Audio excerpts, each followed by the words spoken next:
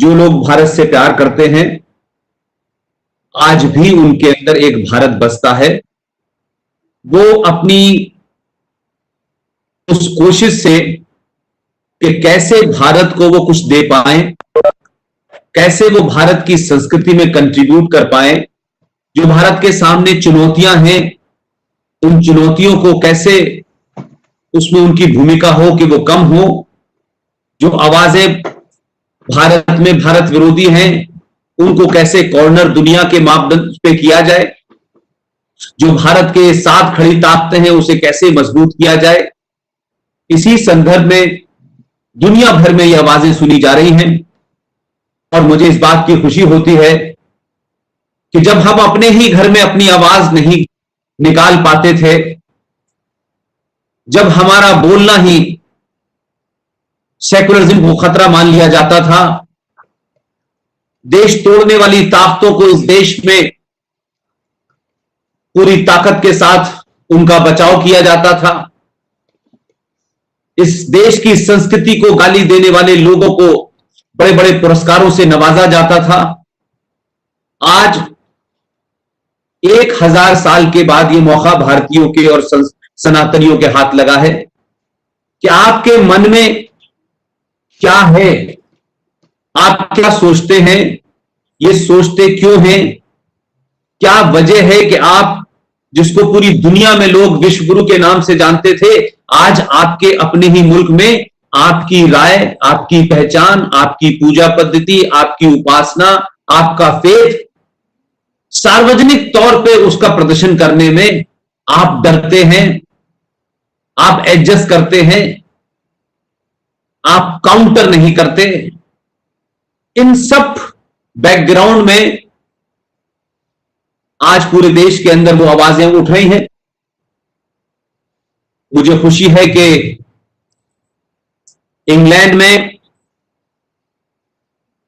Reach India के माध्यम से आज आप लोगों ने मुझे दावत दी है।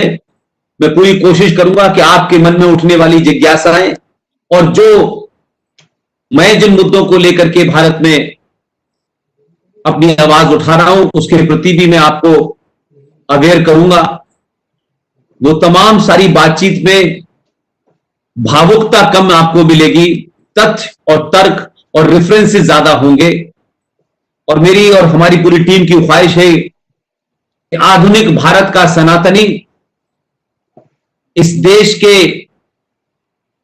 गद्दारों को हर चौराहे पे, हर पुलिया पे लॉजिक के साथ, रीजनिंग के साथ, रेफरेंस के साथ इंटेलेक्चुअली उसको काउंटर करें और अपनी बात को रखते वक्त न झिझके न डरे, भाषा की मर्यादा को ध्यान में रखते हुए, सामाजिक सरोकारों को ध्यान में रखते हुए आप अपनी बात को रखते वक्त पैने से पैना और शार्प से शार्प शब्दों का इस्तेमाल करें। यही शायद हम सबकी कोशिश है। और जो गलतियां हमारे पूर्वजों से हुई या किन्हीं कारण से उन्होंने होने दी, मैं उसमें नहीं जाना चाहता, लेकिन अब समय है कि हमें उन तमाम गलतियों को भी ठीक करना है, उस नैरेटिव्स को भी ठीक करना है। और हमारा क्या नैरेटिव है, हजारों सालों पुरानी सभ्यता के मानने वालों का क्या नैरेटिव है, कैसा नैरेटिव है, वो भी सबके सामने रखना है। तो इस रीच टीम का जो फॉर्मेशन हुआ उसके बारे में रीच टीम की जो सोशल मीडिया देखती हैं, मैडम नंदिनी सिंह जी ने उसके बारे में रखा है। गौरव भाई जो मेरे रास्ते में है, लगातार मुझसे संपर्क में थे पिछले 1 महीने से, रीच टीम के फाउंडर हैं। इसके अलावा भाविका राम साहब हैं, प्रमोट करते हैं जो इंडियन कल्चर को, इवेंट को। टीना भरद्वाज जी हैं जो मीडिया और रीच इवेंट को देखती हैं। अजय प्रकाश साहब हैं जो आईटी को देखते हैं। बालाजी श्रीनिवासन साहब हैं। अभिनव कांत साहब हैं जो मार्केटिंग देखते हैं, जो सबसे इंपॉर्टेंट काम है। मनोज मिश्रा जी जो इसके पूरे प्रोग्राम के टेक्निकल हेड हैं। विन मारा ग्रोइंग रीच कवरेज मीडिया को देखते हैं। और आप सबके बीच में जो संपर्क सूत्र बने वो नीलेश जोशी जी, जिनके माध्यम से मैं आप लोगों से जुड़ा, मैं उनको भी मुबारकबाद देता हूं। उमेश अग्रवाल साहब जो भारत चैप्टर को लीड करते हैं, सुमित मेहता जी जो भारत चैप्टर को लीड करते हैं। लेकिन मुझे आप सबके बारे में बताने के बाद एक ही शब्द अगर आप मुझसे पूछे कि आप सब लोग एकजुट भारत को लीड कर रहे हैं, आप सबकी कोशिश है कि भारत एकजुट हो, लिहाजा आपने जो आज का मौजू चुना है उस पर मैं बोलूं।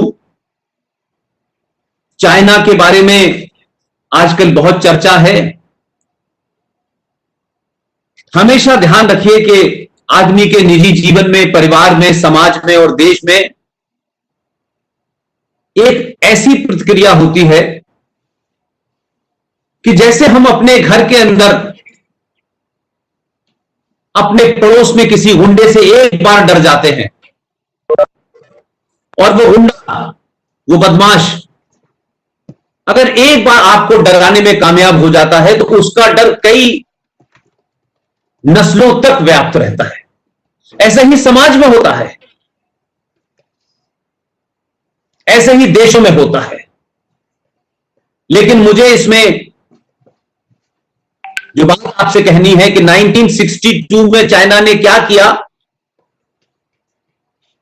इसका बखान हमारे देश में बहुत किया। लेकिन 1962 में भारतीय सैनिकों की हार नहीं हुई थी। भारत की राज सत्ता पे बैठे हुए लोगों ने फौज को, निहत्थी फौज को, बिना कपड़ों वाली फौज को अपने सियासी मंसूबे पूरा करने के लिए चाइना के सामने छोड़ दिया। लेकिन अगर हम तथ्यों पे जाएं तो 62 में भी हमारी फौज ने, बहुत आधुनिक हथियार भी नहीं थे, तब भी हमारी हार नहीं हुई थी, भारतीय राज सत्ता पे बैठे हुए लोगों की हार हुई थी। और इसके पीछे में अगर आपसे जाऊं तो इस देश की तथाकथित आजादी, जो सो कॉल्ड आजादी हमें मिली है, कि आपके ब्रिटेन का जो संविधान है उसमें लिखा हुआ है ट्रांसफर ऑफ पावर। यह कोई आजादी हमने लड़के नहीं ली है।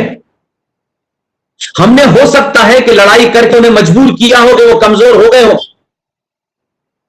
लेकिन 1962 की जो घटना है उससे बड़ी घटना यह है कि हमारे देश में 1947 के बाद जिस किस्म के लोग सत्ता पे बैठे उन्होंने हमें यह पढ़ाया कि ये जो आजादी है ये हमें नॉन वायलेंस से मिली थी, अहिंसा से मिली थी,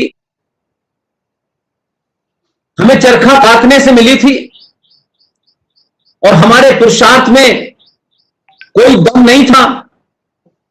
हमने इस तरीके का एक परिभाषा रखी कि मारने वाला नहीं थकेगा, हम पिटते पिटते थक जाएंगे लेकिन हम उफ नहीं करेंगे, और यही हुआ और इसकी वजह से अंग्रेज चले गए। अब ये झूठ वहां से शुरू होता है, और फिर 1962 में क्या हुआ और 65 में क्या हुआ, लाल बहादुर शास्त्री के साथ क्या हुआ, जयप्रकाश नारायण के साथ क्या हुआ, और 71 में क्या हुआ, ये तमाम झूठ की कहानियां हमारे देश में पढ़ाई गई हैं। लिहाजा आज भारत के सनातनियों को उस वक्त ना तो कोई टेलीविजन था, ना रेडियो था, एक रेडियो था वो सरकार के कब्जे में था। मीडिया की हालत जो आज आप देख रहे हैं, इतना वाइब्रेंट मीडिया होने के बावजूद भी कैसे कैसे गलत और झूठे नैरेटिव क्रिएट कर दिए जाते हैं। तो जब मीडिया ही नहीं था, कोई इंफॉर्मेशन ही नहीं थी, कोई कम्युनिकेशन ही नहीं था, तो भारत के जनमानस को कैसे कैसे मूर्ख बनाया गया होगा, इसका अंदाजा आप लगा सकते हैं। लिहाजा मैं उस इतिहास में नहीं जाना चाहता। आपने कहा कि चाइना और भारत के बीच में जो इस समय लद्दाख के अंदर आमना सामना है, इसमें और 1962 में फर्क क्या है? देखिए, मैं ये मानता हूं कि डर एक ऐसी चीज होती है, या आपको जब आपके हार के किस्से बताए जाते हैं, आपके बहादुर लोगों की कहानियां नहीं बताई जाती, तो हम सब लोगों की करीब करीब एक स्थिति ऐसी होती है जो अक्सर अपनी बात में कहता हूं। हॉर्स का नाम सुना होगा आप, जिस जानवर है जिसे हम हॉर्स कहते हैं, घोड़ा कहते हैं, घोड़ा। एक अच्छे तंदुरुस्त घोड़े को उसके गले में आप पट्टा डाल करके अगर उसकी लगाम को एक प्लास्टिक की कुर्सी से अगर आप बांध देंगे तो उस हॉर्स को यह अंदाजा ही नहीं है कि पूरी दुनिया में हॉर्स पावर का इंजन बनता है, और हॉर्स इसलिए कहा जाता है कि उसमें कितने घोड़ों की शक्ति है। बड़े से बड़े इंजन के बाद ये कहा जाता है कि इसमें कितने हॉर्स पावर का इंजन लगा हुआ है। लेकिन वो हॉर्स जिसकी शक्ति से बड़ा इंजन चल रहा है, उसके गले में पट्टा डाल दिया जाए और उसे एक प्लास्टिक की कुर्सी से बांध दिया जाए तो वो शायद उसे ये बोध खत्म हो जाता है कि मैं कितना ताकतवर हूं, और वो उस कुर्सी को ही समझता है कि ये मुझे शायद आजाद नहीं करने देगी, लिहाजा सुबह से शाम तक उस प्लास्टिक की कुर्सी से बंधा रहता है, क्योंकि उसकी शक्ति बोध समाप्त कर दिया गया है, उसके पुरुषार्थ को समाप्त कर दिया गया है, उसके उस एहसास को समाप्त कर दिया गया है। लेकिन यकायक उस घोड़े को जब यह एहसास हो जाए कि यह कुर्सी तो मात्र 100 ग्राम 200 ग्राम से ज्यादा की नहीं है जिसने मुझे बांध रखा है, तो वो सिर्फ कुर्सी नहीं तोड़ता है। जिस वक्त उसे अपनी शक्ति का एहसास हो जाता है तो वो 2014 पैदा इसलिए करता है कि एक बहादुर आदमी के पीछे वो इसलिए खड़ा होता है कि ये बहादुर आदमी अगर बटन दबाने से देश में ये बैठेगा तो इस देश के पुरुषार्थ को जगह देगा। ये एहसास मात्र ने आपने 2014 किया, और इस एहसास को उस घोड़े ने, जिस घोड़े को आपने चुना, जिस घोड़े को जिस आदमी ने एहसास कराया कि तुम भेड़ बकरी नहीं हो, तुम्हारा काम सुबह शाम खाकर सो जाना नहीं है, तुम शक्ति हो, तुम प्रकृति हो, तुम सूरज हो, तुम नदी हो, तुम हवा हो, तुम जंगल हो, तुमसे ही संसार है, तुमसे ही ये कायनात है, तुमसे ही ये ब्रह्मांड है। ये एहसास जब हुआ तो 2014 पैदा हुआ, और 2014 पैदा हुआ तो आपका विश्वास और बढ़ा, 2019 पैदा हुआ, और जब 2019 पैदा हुआ तो इस देश भर में कई सारे लोगों को अपने पुरुषार्थ का ध्यान आया, अपने इतिहास का ध्यान आया, अपनी संस्कृति का ध्यान आया, अपने धर्म का ध्यान आया, और हमारे साथ जो पिछले 300 सालों से जघन्य अपराध किए जा रहे थे, झूठ बोले जा रहे थे, फरोग किया जा रहा था, फ्रॉड किए जा रहे थे, मिस इंफॉर्मेशन की जा रही थी, हमने एक एक करके उसको, इसलिए 1962 जो चाइना ने भारत को डराने की कोशिश की और भारत के नेताओं ने भारतीयों को और डराने की कोशिश की, आज भारत 2020 का उस डर से बाहर आ गया है। ये 2020 का भारत है, ये 1962 और 1947 का भारत नहीं है। ये बात मैं इसलिए बार बार कहता हूं कि आप सब जानते हैं कि रशिया, यूएसएसआर एक बहुत ताकतवर देश था, बड़े सारे वेपन थे, बड़े सारे उनके पास न्यूक्लियर बम थे, महाशक्तियों में गिना जाता था, लेकिन वो वेपनरी से तो बहुत ताकतवर था, लेकिन उसका समाज कमजोर था, उनकी अर्थव्यवस्था कमजोर थी। हम तो जब गुलाम थे तब पूरी दुनिया की जीडीपी में हमारा 34% की भागीदारी थी, लेकिन हम आज सिर्फ इतनी ही इंपॉर्टेंट बात हमारे बीच में है कि रशिया की तरह हो सकता है हमारे पास हजारों बम न्यूक्लियर ना हो, बड़ी बड़ी सबमरीन ना हो, बड़े बड़े जहाज ना हो, लेकिन पहली बार भारत में अपने बुजुर्गों से सुनते सुनते मैं यहां तक पहुंचा हूं, और इस दावे के साथ कह सकता हूं कि 1000 साल के बाद भारत और भारतीयों की शक्ति जाग गई है। और इसीलिए देखिए कि चाइना का मामला है, हिंदुस्तान का कोई अखबार, हिंदुस्तान का कोई टेलीविजन ऐसा नहीं है कि आप जब सामूहिक तौर पे भारत की शक्ति की बात करते हैं, भारत में एक पॉजिटिव एनर्जी को जनरेट करते हैं, तो लद्दाख के अंदर जहां दोनों देशों के बीच में यह मुआहदा था, यह समझौता था कि इस पर्टिकुलर जगह के ऊपर हम हथियार नहीं रखेंगे, फौजें आमने सामने होंगी लेकिन हथियार नहीं होंगे। लेकिन चाइना ने जब घुसपैठ की, वायलेशन किया, तो वही समझते थे कि ये फौजी 1962 के हैं। बिहार रेजिमेंट के एक एक फौजी ने अपने हाथों से चाइनीज मिलिट्री के और पीपल्स लिबरेशन आर्मी के 43 जवानों को मार दिया। उसमें हमारे भी 20 लोग शहीद हुए।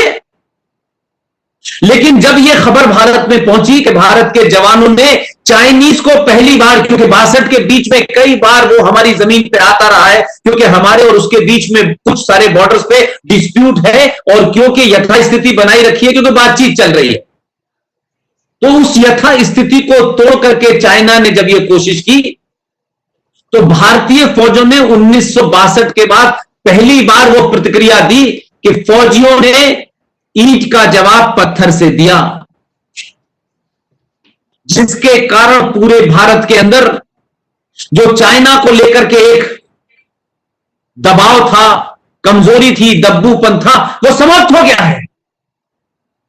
आज भारत में 1962 से लेके भारत ने 65 का, 71 का, 2002 का कई सारे युद्ध लड़े हैं, और भारत की फौज भारत के कई राज्यों में लगातार लड़ती है, लगातार देश के गद्दारों से, लगातार मिशनरियों से लड़ती है, लगातार वामपंथियों से लड़ती है, माओवादियों से लड़ती है। तो भारत की फौज को डे टू डे बेसिस पे लड़ना आता है। चाइनीज तो 62 से लड़े नहीं है, और चाइना की फौज में आज वो बच्चे हैं जब चाइना में वन चाइल्ड पॉलिसी थी। आज चाइना का कोई मां बाप युद्ध नहीं चाहता कि उनका एक बेटा जो फौज में है उसको नहीं खोना चाहते।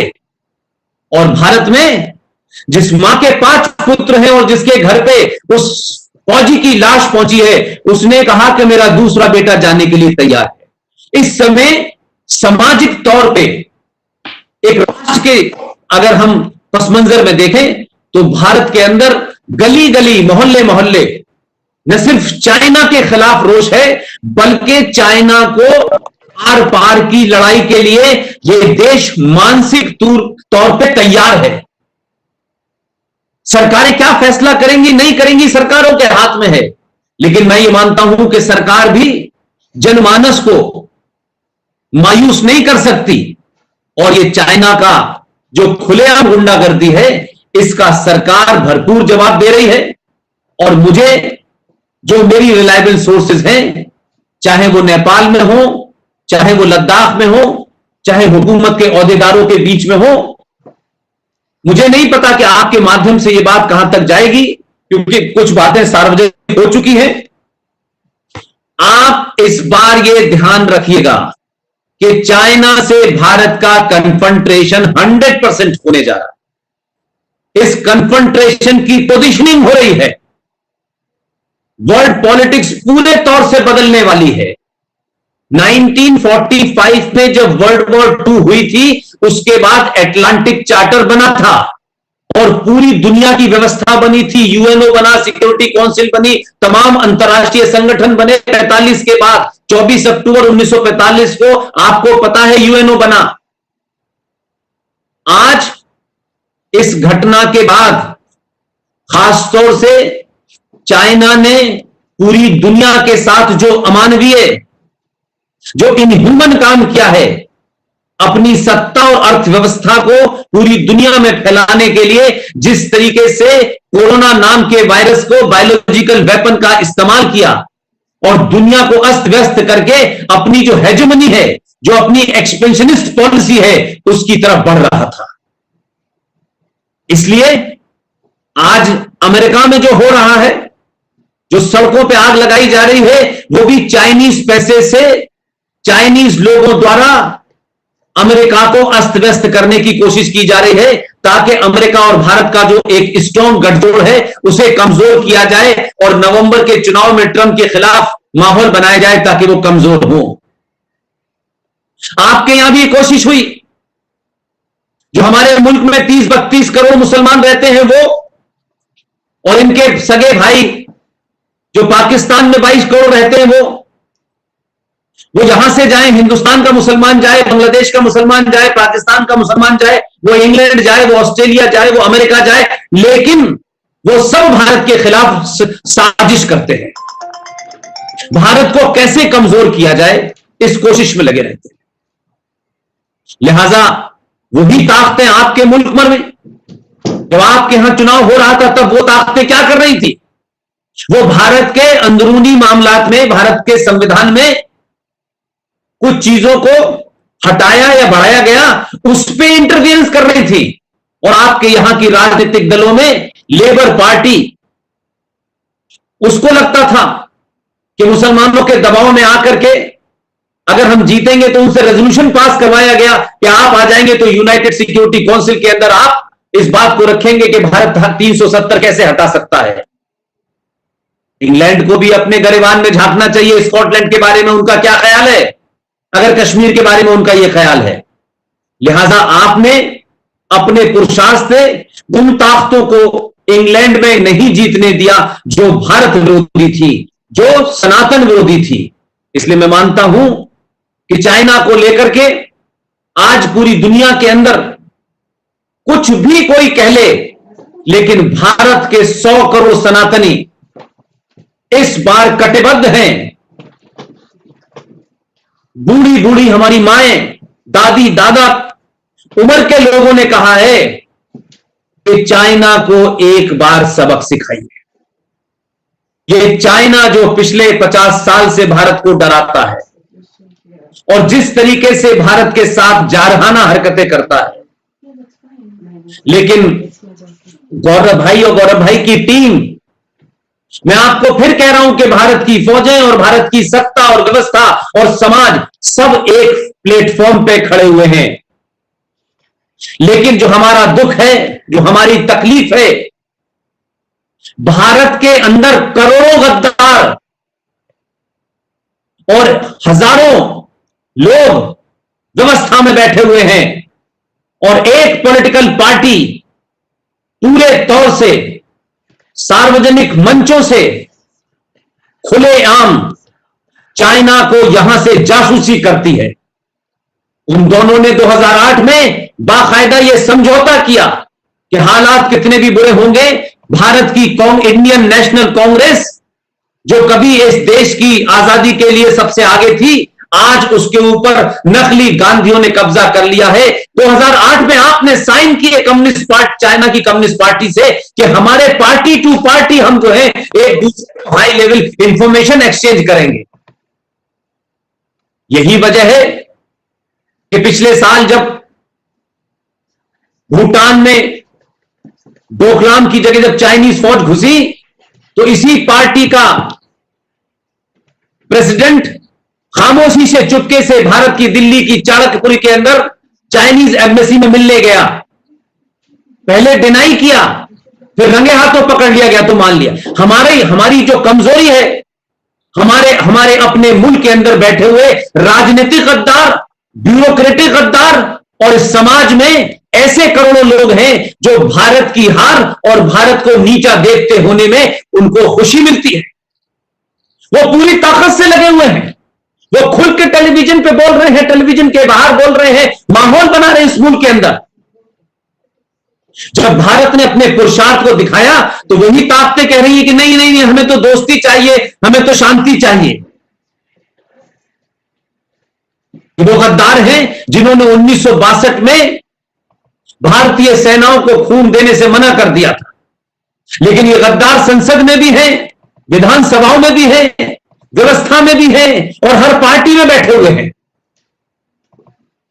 लिहाजा चाइना को लेकर के मैं आप सबको, जो लोग भी इंग्लैंड में रह रहे हैं, यहां तमाम बड़े बड़े एक्सपर्ट्स हैं, सरकार के जो लोग ओहदेदार हैं, जो पॉलिसी बनाते हैं, जो इस पूरे मामले को देख रहे हैं, ये तमाम सारे लोग जिन्हें आप टेलीविजन पर देखते हैं, ये अपनी राय सरकार के उस एपरेटस तक पहुंचा रहे हैं।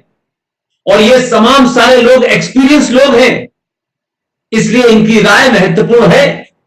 और पहली बार हो रहा है कि भारत की राज सत्ता तमाम उन लोगों की मदद ले रही है जो चाइना की नब्ज को जानते हैं, जो इसकी फितरत को जानते हैं।